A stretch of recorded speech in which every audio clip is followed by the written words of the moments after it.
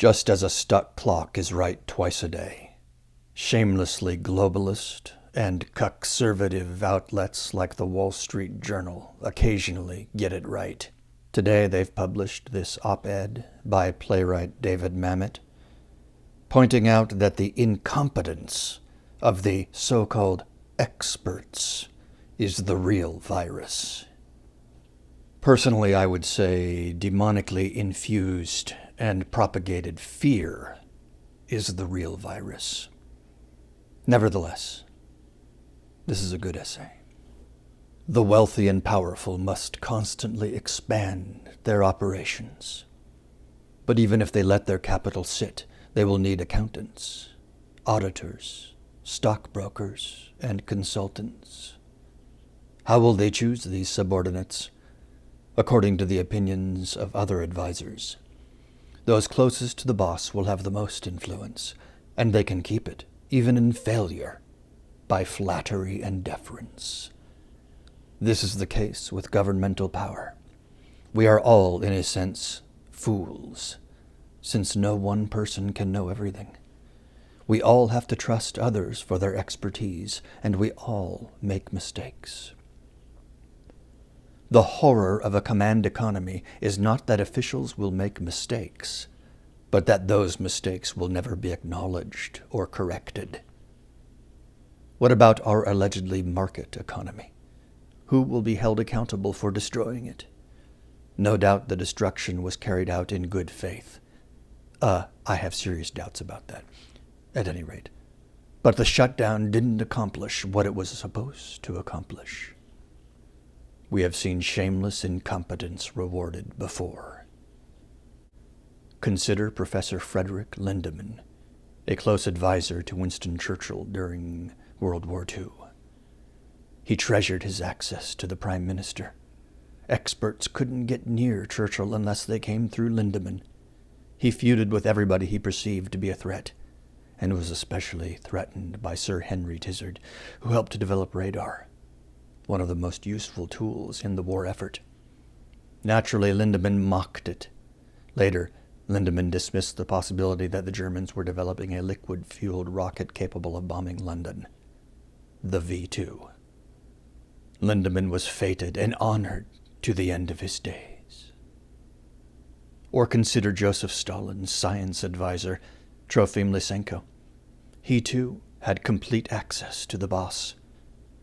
He believed that plants, like good communists, could be educated, that peas and wheat could be trained to grow in winter. The Soviet Ministry of Agriculture, acting on Lysenko's bogus theories, managed to ruin crops all over Eurasia and starve as many as 10 million people.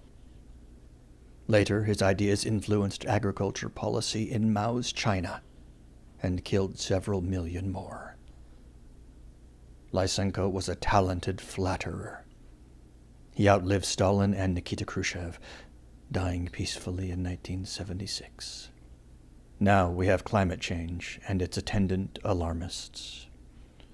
In 2001, a report by the Intergovernmental Panel on Climate Change highlighted a recent study claiming that the Earth's temperature had risen dramatically during the period coincident with the introduction of fossil fuels, the famous hockey stick graph. The news media, backed by those parts of the scientific community the media chose to honor, presented this analysis as though it were indisputable fact. In fact, it was riddled with problems. That would have been fine, no harm done, except that the American left and the running dogs in education and the press saw the fear occasioned by the hockey stick as an opportunity. No correction was forthcoming. Most recently, we have COVID-19. The New England Journal of Medicine reports that masks are useless outside healthcare facilities, that there is little possibility of catching the virus from a passing interaction in a public place. Happy news, save that they, 1 week later, issued a squishy semi-retraction, saying, in effect, "It couldn't hurt." What could the shutdown hurt? A pandemic was allowed to destroy the American economy. Tens of millions are driven out of work, cover their faces, and walk down the streets in fear of their neighbors. A friend owns a restaurant. He is going broke. He had seating outside, but winter approaches and heaters are back-ordered until next spring. He is holding on. One is permitted to sit at his tables and eat without a mask. Indeed, how would one eat while wearing one? Does the virus know that one is sitting down? He greeted 2 regular customers the other night and sat at their table to chat. He took off his mask. The customer informed him that the regulations stated that employees of a restaurant are required by law to wear masks at all times.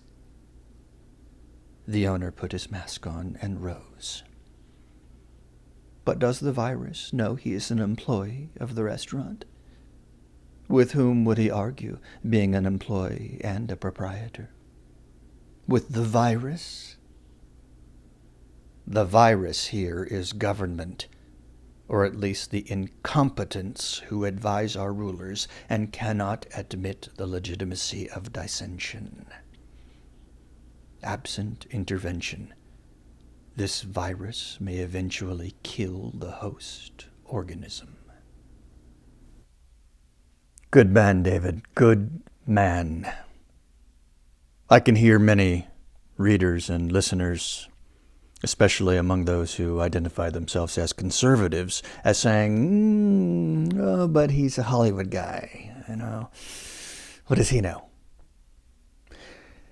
I dissent from this opinion. I could be biased because my dad was a Hollywood guy, but I have to say, actors, directors, musicians, and so forth, they can actually be some of the most well-informed people because there's a lot of time between projects. And so now the problem is, especially among actors, who Shakespeare called vagabonds and strumpets, actors are some of the most idiotic people, generally speaking, but there are exceptions, some serious exceptions. Oh, by the way, in addition to being some of the most idiotic people, they're also some of the most degenerate people. Hence Shakespeare calling them vagabonds and strumpets. At any rate, yes, they can be some of the most well-informed people. There are definite exceptions to the general rule of idiocy and degeneracy among actors. James Woods would be a good example. Jon Voight would be a good example. And there are many other examples that one could cite. Although, of course, the general rule is, sadly, idiocy and degeneracy.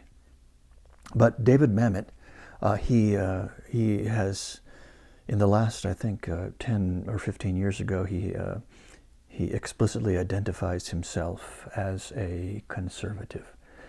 So there are some hidden luminaries in the cesspool of Hollywood.